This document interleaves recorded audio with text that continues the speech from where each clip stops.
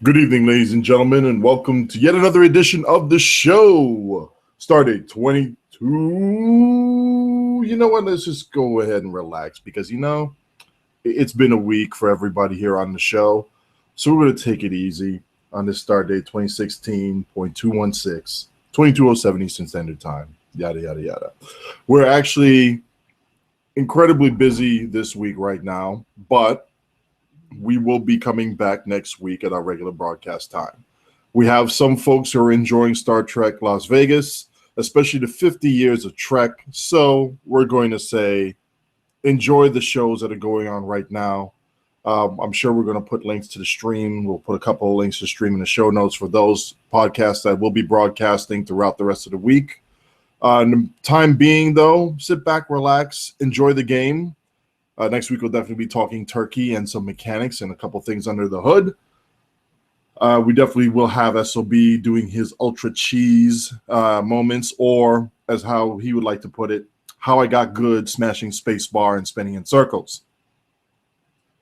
Our Admiral of super duper cat-like intelligence will be coming in with some new information that we would enjoy. But for those who actually want to see something a little bit off Star Trek, go watch Sarcasm's channel on ARC.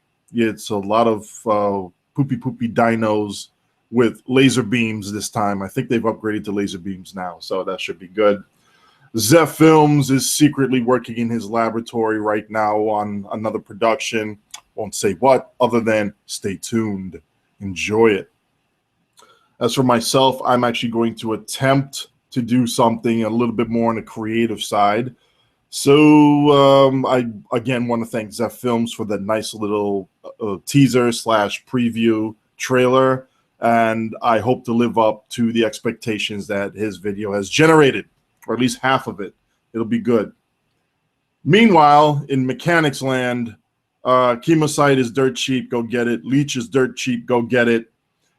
Pretty much most of your ships right now are dirt cheap. The Connie is dirt cheap. Do about 300 and some odd STFs. You can get it just selling the gear.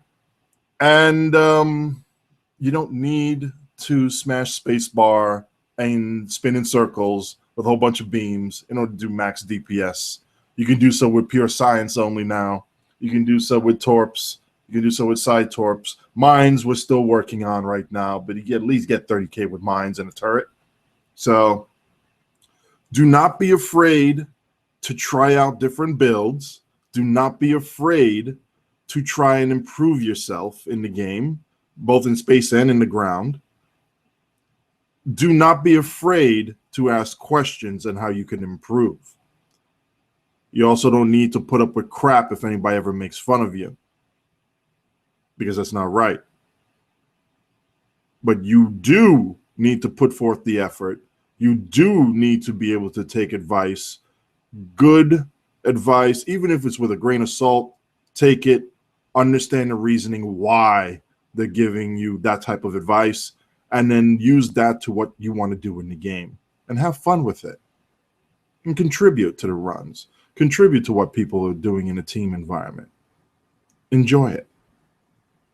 As for Star Trek Online of itself, and Star Trek as a whole, good, bad, indifferent, we want to say 2 thumbs up for a story that has given humanity the greatest sense of hope and achievement and a vision of prosperity through all of humanity uniting together and using technology to benefit all of us.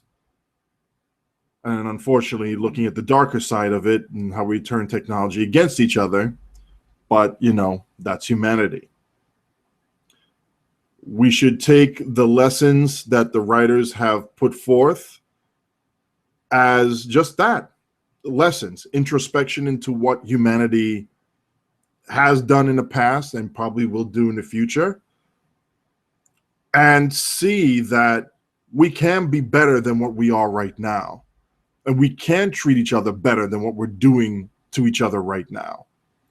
And we don't need to be afraid of technology and technological advancements.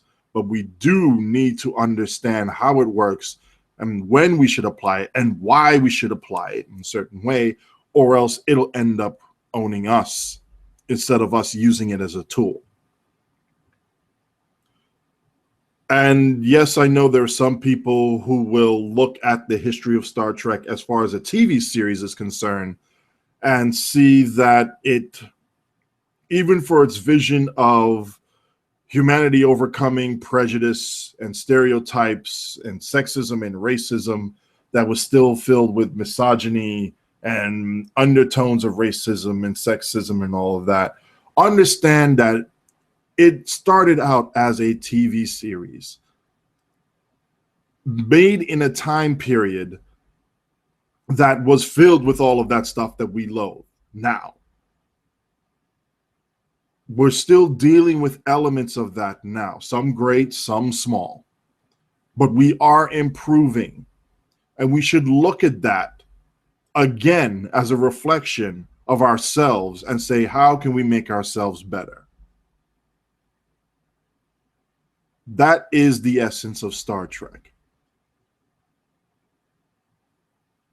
Now, from a technological standpoint, and I know we've said this a couple times on the show beforehand, we have seen some of the gadgetry from Star Trek come into reality or even be surpassed by reality because of people who are inspired to become engineers, to become mathematicians, to become scientists, to become technologists, to invent, create, or even just dream up of some other new concept that we've seen or inferred from any of those episodes within Star Trek.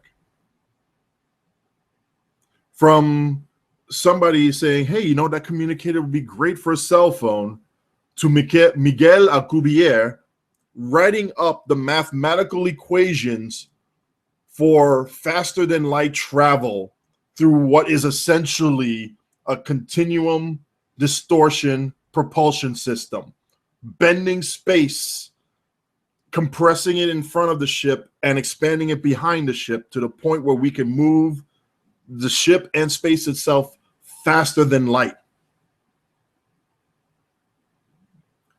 And there's much, much more to be had. Much more. John Hopkins is working on, is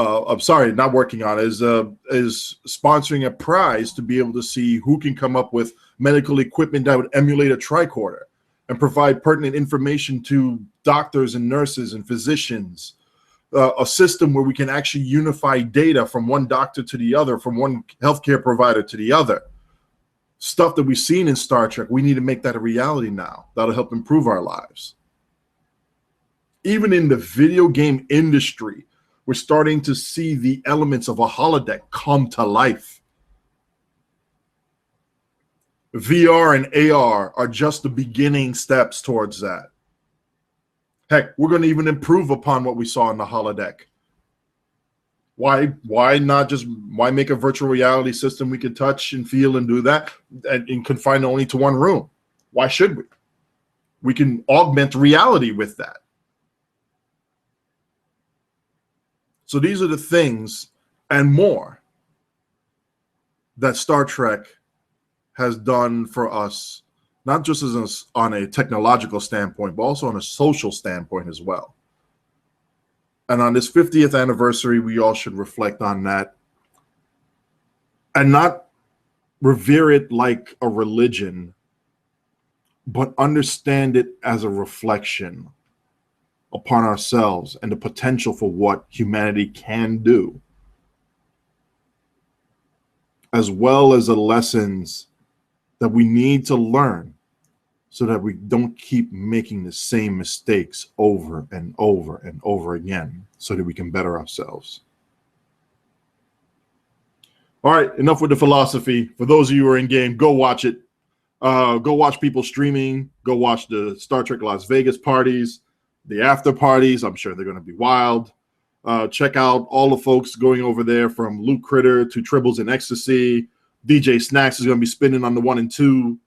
enjoy the parties, both in real life as well as in cyber life.